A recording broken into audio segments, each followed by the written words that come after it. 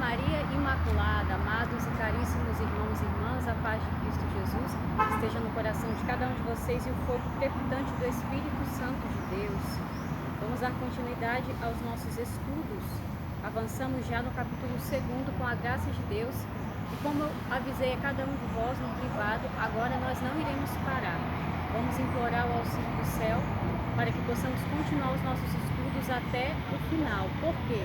Queremos marcar a data da nossa consagração para o mês de maio.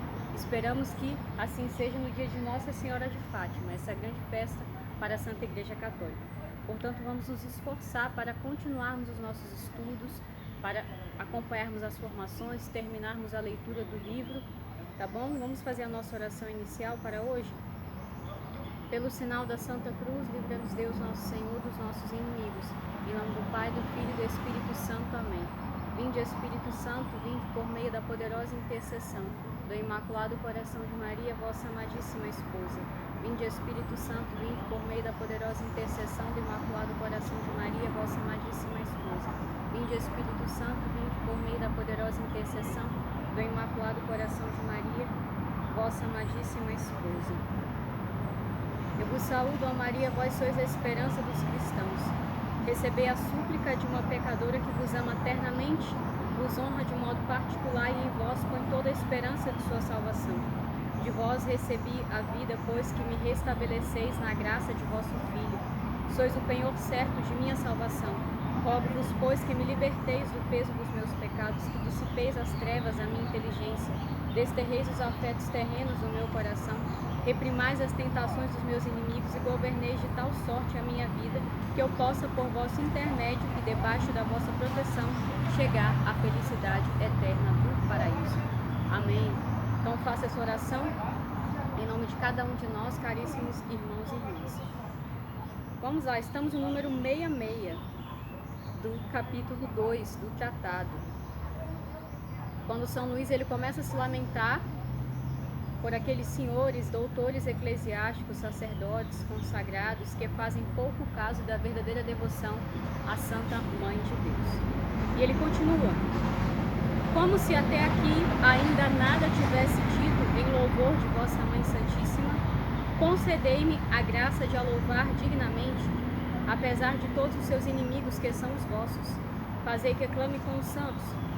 Não julgue receber a misericórdia de Deus aquele que ofende a sua Santa Mãe. Para obter da vossa misericórdia uma verdadeira devoção à vossa Mãe Santíssima e para inspirá-la a todo mundo, fazei que vos ame ardentemente.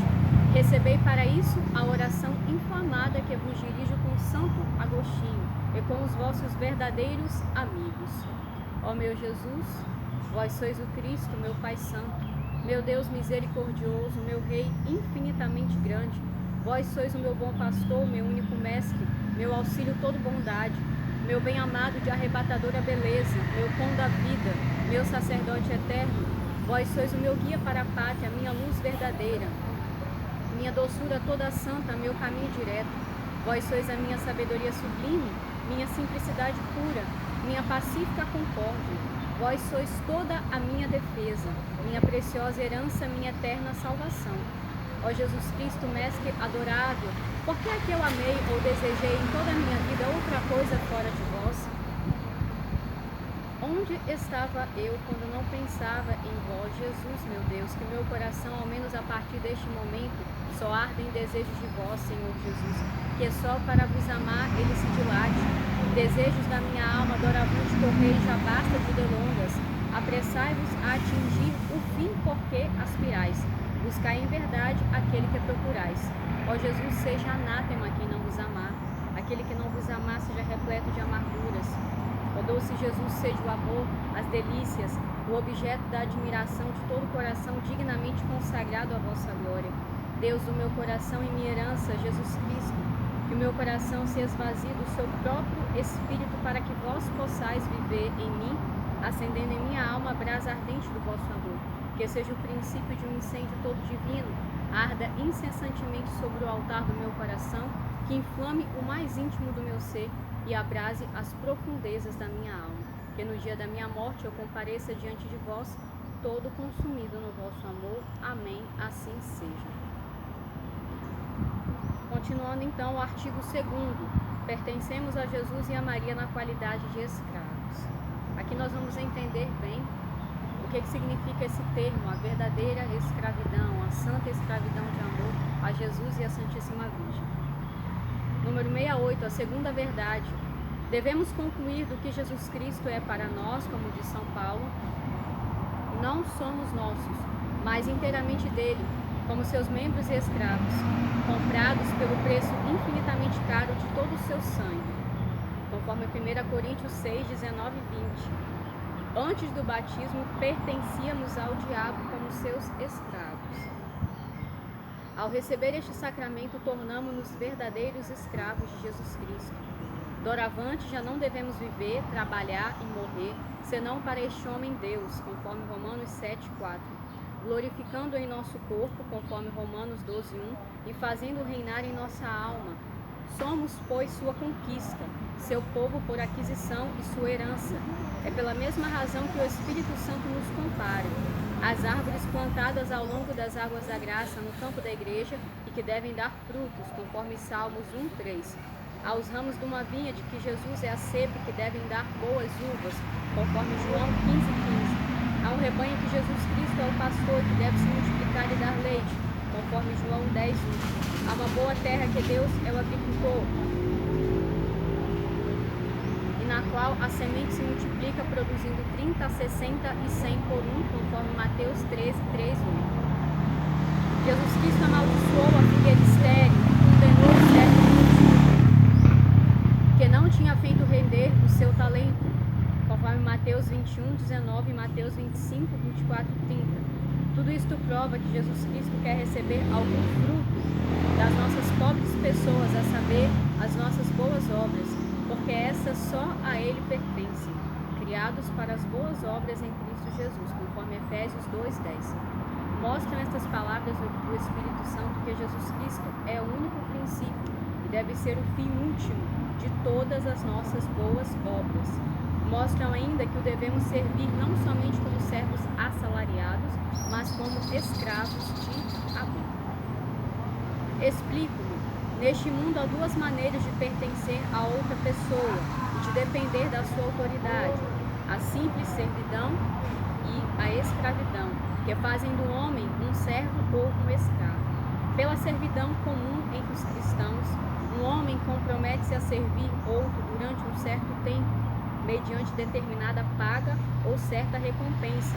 Pela escravidão, um homem depende inteiramente do outro por toda a vida e deve servir o seu senhor sem pretender paga nem recompensa alguma, como um dos seus animais, sobre o qual o dono tem direito de vida e de morte.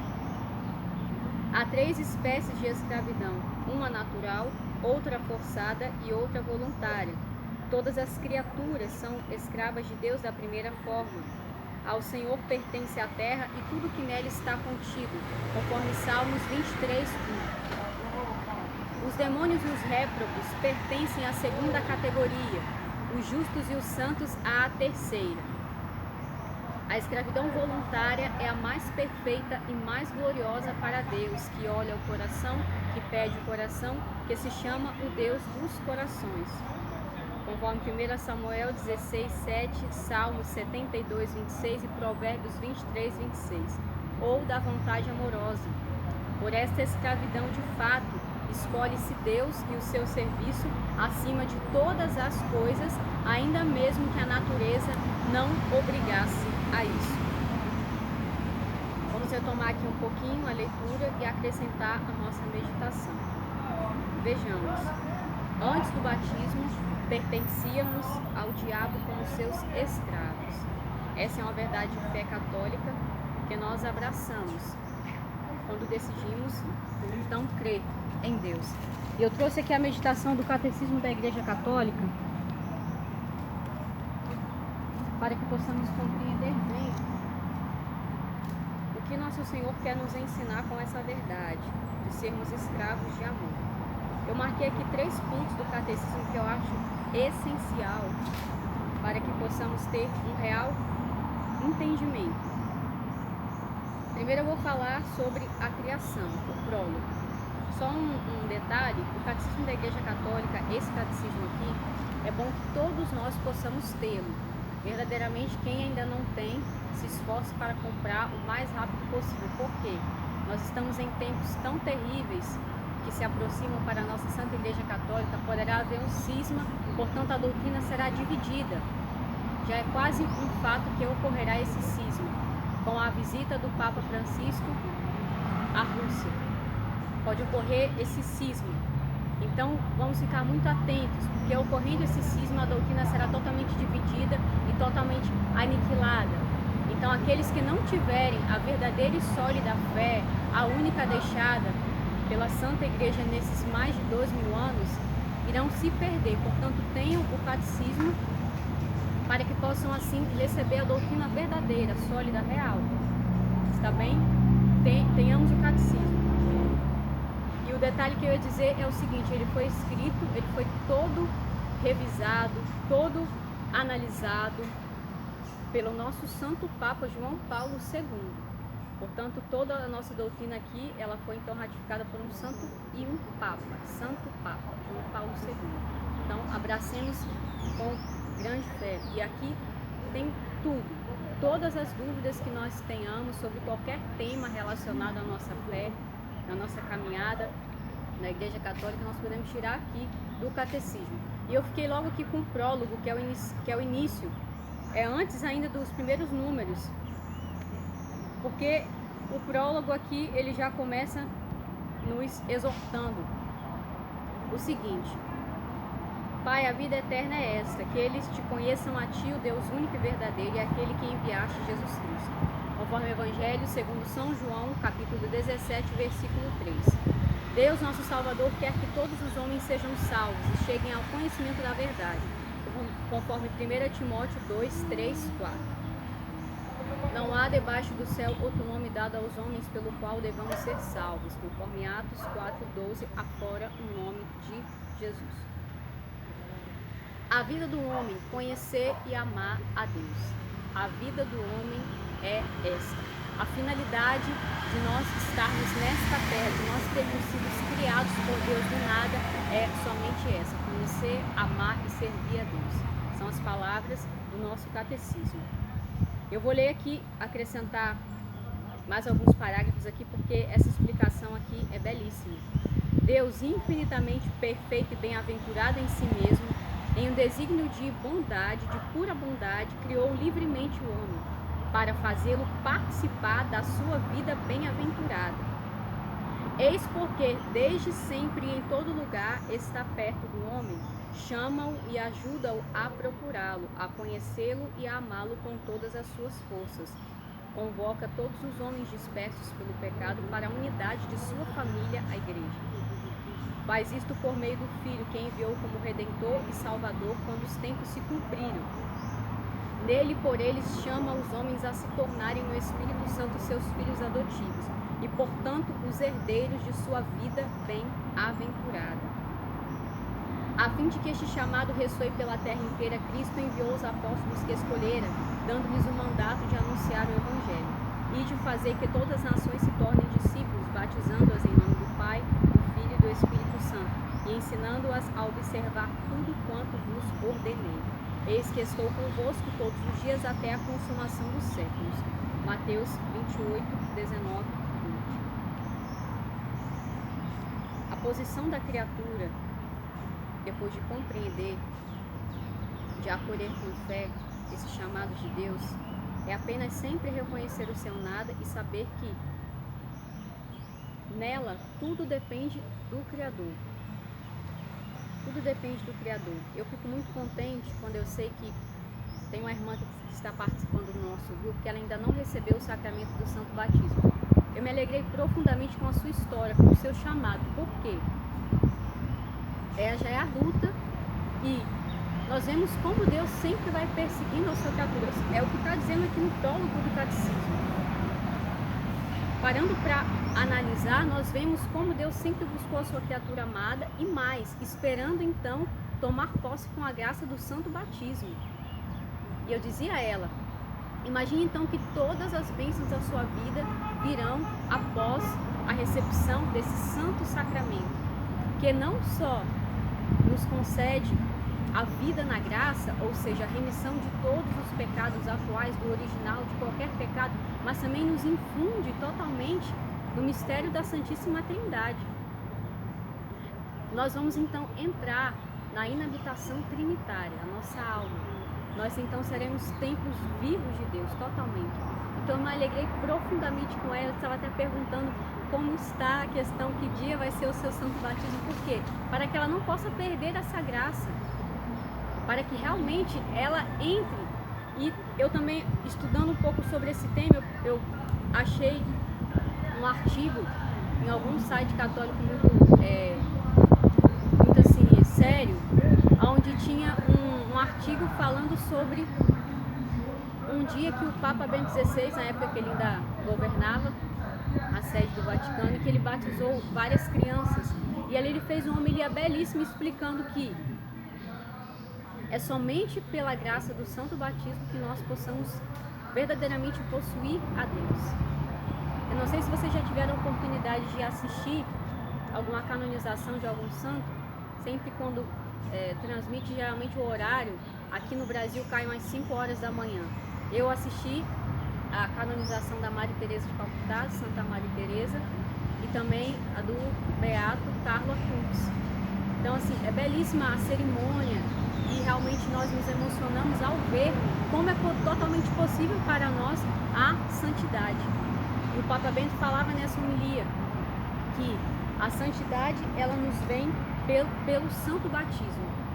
Vocês podem observar que em todas as profissões religiosas, seja de consagrados, consagradas, freis, freiras, ou mesmo no momento da ordenação sacerdotal, sempre tem uma citação onde fala que o primeiro chamado, o real chamado de Deus para cada um de nós à santidade está no santo batismo. Por isso a importância desse santo sacramento, que infelizmente muitos, não só dentro da Igreja Católica, mas em geral, não conhecem, desconhecem a grande graça, a beleza de nós sermos batizadas em nome de Jesus. Eu trago aqui mais dois parágrafos agora do Catecismo. Deixa eu abrir aqui. Deus cria do nada. Número 296. Cremos que Deus não precisa de nada pré-existente nem de nenhuma ajuda para criar.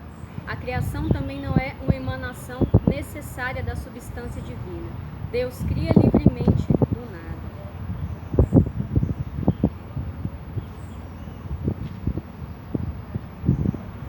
Não, acho que não era essa parte que eu ia tirar, não. Agora,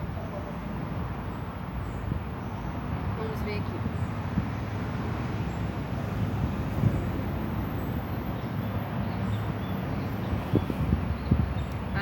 Agora essa parte daqui, ó, o número 298 estava no número 296. Uma vez que Deus pôde criar do nada, pode pelo Espírito Santo dar a vida da alma a pecadores, criando neles um coração puro e a vida do corpo aos falecidos pela ressurreição. Ele que faz viver os vivos e chama à existência as coisas que não existem, conforme Romanos 4,17. Vem almoçar no restaurante Pizzaria El Shaddai, todos os domingos com aquela deliciosa feijoada a partir das 11h30. É isso mesmo, feijoada completa. E também temos aquele delicioso frango assado com farofa e batata. Restaurante Pizzaria. E uma vez que, pela sua palavra, pode fazer resplandecer a luz a partir das trevas, pode também dar a luz da fé àqueles que a desconhecem.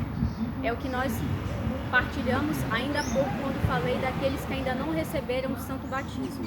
O que acontece? É um chamado totalmente divino.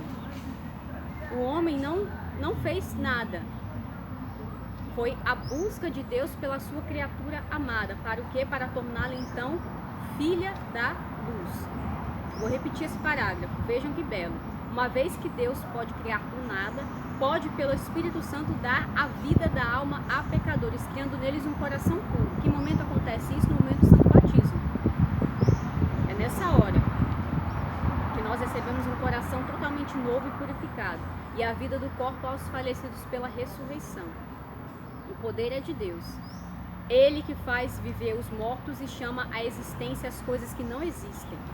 E uma vez que pela sua palavra pode fazer resplandecer a luz a partir das trevas. Mais uma vez, é o que acontece no Santo Batismo.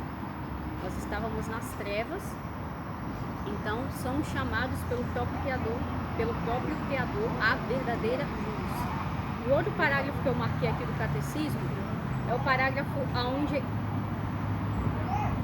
nós entendemos o que acontece no Santo Batismo. Um pouco mais para frente, eu tenho vários números marcados aqui no Catecismo, então agora eu me confundo um pouco, mas aqui. A graça do batismo. Aí diz o seguinte, número 1258, desde sempre a Igreja mantém a firme convicção. Não, perdão, é um pouquinho mais em cima, é o número 1257, no finalzinho ali. A Igreja não conhece outro meio senão o batismo para garantir a entrada na bem-aventurança eterna. É por isso que cuida de não negligenciar a missão que recebeu do Senhor de fazer renascer da água e do Espírito. Ou seja, então, é o novo nascimento. O novo nascimento se dá no Santo Batismo. Um pouco mais à frente, número 1263, pelo batismo, atenção, todos os pecados são perdoados, o pecado original e todos os pecados pessoais, bem como todas as penas do pecado. E agora eu vou entrar aqui na parte que cabe a consagração total à Santíssima Virgem Maria. Prestem atenção, eu vou repetir esse parágrafo. Pelo batismo todos os pecados são perdoados, o pecado original, todos os pecados pessoais, bem como todas as penas do pecado. Com efeito, naqueles que foram regenerados não resta nada que os impeça de entrar no reino de Deus. Nem o pecado de Adão, nem o pecado pessoal, nem as sequelas do pecado, das quais a mais grave é a separação de Deus. Então, atenção. Quando nós fazemos a nossa total consagração a Nossa Senhora, nós recebemos a graça da indulgência. Várias graças de indulgências. E, portanto, as penas que nós devemos pelos nossos pecados, que acontece o seguinte, elas são apagadas. Ou seja, nos torna mais fácil irmos diretamente ao céu sem passar pelo purgatório.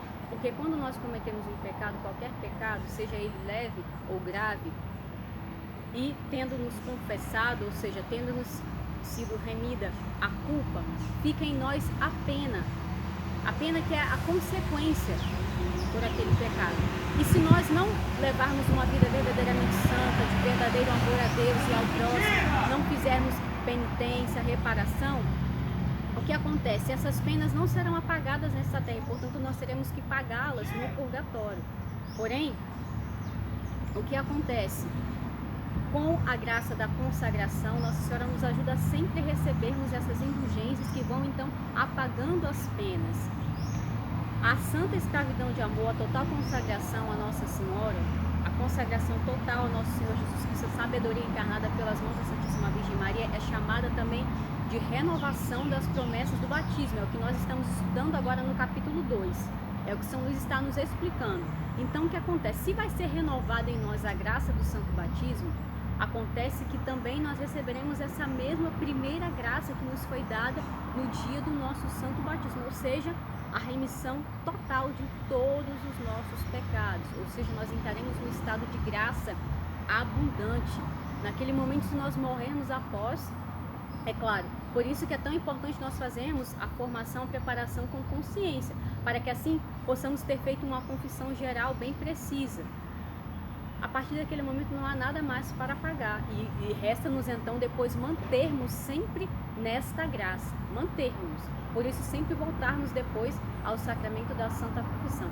Mas se caso for, não sabemos os desígnios de Deus, depois daquele momento morrermos, iremos diretamente ao céu sem ter nada que pagar no purgatório, porque vai ser nos tirada todas as culpas e todas as penas devidas pelos nossos pecados. A grande alegria da santa escravidão de amor é chamar essa santa escravidão de amor, porque verdadeiramente seremos livres de todo o jugo do demônio sobre nós, de Satanás sobre nós. Verdadeiramente nós estaremos livres da escravidão de Satanás. Por isso é chamada santa escravidão em Jesus e em Maria. Por isso, por causa dessa grande graça que nos será concedida. Então, por isso, abraçarmos essa graça. Não pensarmos, não é para mim, porque o batismo é para todos. Eu acabei de ler aqui trechos fortíssimos da doutrina nossa, o catecismo da Igreja Católica, onde Deus nos deixa claro, através desse Santo Papa, que Ele é quem vai nos buscar para que possamos receber o Santo Batismo. Portanto, Ele também é quem vai nos buscar para que possamos fazer a nossa total consagração. Porque a total consagração nada mais é do que a renovação perfeita das promessas do nosso Santo Batismo. Amém? Então agora vamos continuar a leitura. Eu não vou usar mais o catecismo agora, já entendemos bem claramente. Vamos agora continuar aqui a leitura do nosso tratado. Número 71. Há diferenças radicais entre um servo e um escravo. Primeiro, um servo não dá ao seu senhor tudo o que é nem tudo o que possui, nem tudo que pode adquirir por si mesmo ou por outro, mas o escravo dá-se inteiramente com tudo que possui ou pode vir a adquirir, sem exceção alguma. Segundo, o servo exige a paga dos serviços que presta ao senhor, enquanto o escravo nada pode exigir, por maior que seja a sua aplicação, a sua habilidade e a força com que trabalha. Terceiro, o servo pode deixar o senhor quando quiser, ou pelo menos quando tiver expirado o tempo do serviço, mas o escravo não tem o direito de fazer isso. Quarto, o servo do senhor não tem sobre ele nenhum direito de vida e de morte, e se o matasse, como a um dos seus animais de carga, cometeria um homicídio injusto. Ao contrário, o senhor do escravo tem por lei direito de vida e de morte sobre ele, de modo que o pode vender a quem quiser ou matar como faria ao seu cavalo. Quinto, finalmente, o servo está só por algum tempo ao serviço do senhor, mas o escravo para sempre. O número 72. Nada há entre os homens que mais nos faça pertencer ao outrem do que a escravidão. Do mesmo modo, nada há entre os cristãos que nos faça pertencer mais absolutamente a Jesus Cristo e a sua Santa Mãe do que a escravidão voluntária. Isto é, conforme o exemplo do próprio Jesus, que tomou a forma de escravo por nosso amor, conforme Filipenses 2,7. E da Santíssima Virgem, que se disse serva e escrava do Senhor, conforme Lucas 1,38. O apóstolo chama-se com certa eufonia servo de Cristo, conforme Romanos 1:1, Gálatas 1:10, Filipenses 1:1 e Tito 1:1. Por várias vezes os cristãos são chamados na Sagrada Escritura servi Christi, servos de Cristo. Segundo a justa observação de um grande homem, a palavra servo significa outrora apenas escravo. Antigamente, está dizendo aqui que a palavra servo já significava escravo, porque ainda não havia servos como os de hoje. Os senhores só eram servidos por escravos ou libertos. O Catecismo do Concílio de Trento, para que não reste dúvida alguma sobre a nossa condição de escravos de Jesus Cristo, exprime-se por um termo que não se presta a equívoco, chamando-nos escravos de Cristo. Eu tenho umas palavras aqui da meditação do Magistério, aqui no final aqui do capítulo 2, eu vou ler, nós já avançamos para, acho que uns 3 números, deixa eu ver aqui, não, já 4 meditações do Magistério, vamos acrescentar aqui ao nosso estudo. Tá certo. Número 3 aqui. O pároco exortará o povo fiel a fazer-lhe compreender que nós, os que tomamos de Cristo o nome e que nos apelidamos de cristãos, nós, mais do que todos os outros homens, devemos dedicar-nos e consagrar-nos perpetualmente a nós mesmos como escravos de nosso Senhor e Redentor. Esse daqui é um número, um parágrafo do Catecismo do Concílio de Trento, na primeira parte, no capítulo 3. Então, o Concílio de Trento foi um concílio que ocorreu há muitos anos atrás na Santa Igreja Católica, não sei exatamente a data, mas nesse concílio a Igreja determinou então o seguinte, que Antes do batismo, todos éramos escravos do demônio. Depois do batismo, passamos a tornar-nos escravos de Jesus Cristo. Foi nesse concílio que foi definido. Nesse concílio foi definido, então, o quê? Que o batismo é uma pertença total a Deus. Não há maior consagração que nós possamos fazer a Deus do que o santo batismo. Por isso, a nossa santa escravidão de amor, a nossa consagração total, é uma renovação do batismo. Como eu falei, qualquer voto, mesmo o sacerdócio e a profissão religiosa, não excede a graça do santo batismo, não pode exceder, porque o batismo é que nos confere essa união perfeita com Deus, essa posse de Deus e a participação na bem-aventurança eterna. Amém? Acho que tem outro número aqui. Não, é só dizendo aqui que São Luís faz referência a Boldon, num livro chamado A Santa Escravidão, Admirável Mãe de Deus. São padres do tempo anterior a São Luís, de um tempo anterior a São Luís, que já falavam desse termo escravo, escrava, já usavam esse termo como um termo de consagração a Deus. Muitos já usavam esse termo. Não é nada novo, não é novidade, não é invenção não é algum devocionalismo. Isso está enraizado na doutrina católica. Estou falando aqui de um concílio da igreja, que é onde se decide então como será a doutrina. É aquilo que nós devemos abraçar. Vamos lá, e depois continua aqui. Número 73. Posto isto, digo que devemos ser de Jesus Cristo e servi-lo não só como mercenários, mas como escravos amorosos. Estes, por efeito de um grande amor, entregam-se e dão-se ao seu serviço na qualidade de escravos, só pela honra de lhe pertencer. Antes do batismo, éramos escravos do demônio. Tornou-nos o batismo os escravos de Jesus Cristo, conforme Romanos 6:22. Portanto, os cristãos têm de ser escravos ou do demônio ou de Jesus Cristo. Então, na vida espiritual, eu falo a vocês, caríssimos irmãos e irmãs, não há neutralidade. Na vida espiritual, não há neutralidade. Não é igual nós estamos aqui na Terra. Então, não posso escolher, eu quero ser isso, mas não quero ser aquilo. Não. Na vida espiritual, no plano espiritual, não há neutralidade. Ou nós somos de Deus, ou nós somos o demônio. Não há, assim, dizer, vou decidir não ser nada e vou ficar aqui na minha. Quem já disse isso já está tomado, possuído pelo espírito maligno. Porque provavelmente já está em pecados graves, pecados mortais, já não quer saber nada de Deus. Então não há neutralidade. Aí não entra também as nossas fraquezas pessoais, os nossos pecados que nós cometemos diariamente. Não é isso. Não estou falando de luta de conversão, estou falando de decisão. A decisão que parte da nossa livre vontade. A nossa livre vontade foi que Deus nos concedeu para que nós possamos escolhê-lo ou não. É isso. Número 74. O que digo de modo absoluto a respeito de Jesus Cristo, digo relativamente à Santíssima Virgem. Jesus Cristo escolheu-a por companheira indissolúvel da sua vida, da sua morte, da sua glória e do seu poder no céu e na terra. Por isso e por graça, deu-lhe, em relação à sua majestade, todos os mesmos direitos e privilégios que ele possui por natureza. Tudo que convém a Deus por natureza, dizem os santos, convém a Maria por graça. Número 5, aqui uma citação do magistério, vamos ver o que tem. Número 5. Os mistérios da graça que Deus operou na Virgem não podem ser medidos pelas leis ordinárias, mas pela onipotência de Deus. É uma citação da carta apostólica Munificentíssimos Deus, do Papa Pio XII, em 1950. Ou seja, o que ele está querendo dizer aqui? Que tudo que Nossa Senhora tem foi Deus que deu pelo seu poder a ela. Nada é próprio dela, tudo é uma graça divina. E continua.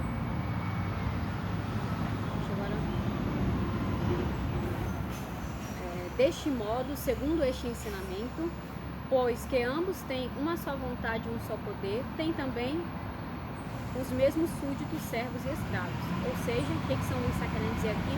Que tudo aquilo que pertence a Nossa Senhora é automaticamente também pertence de Jesus.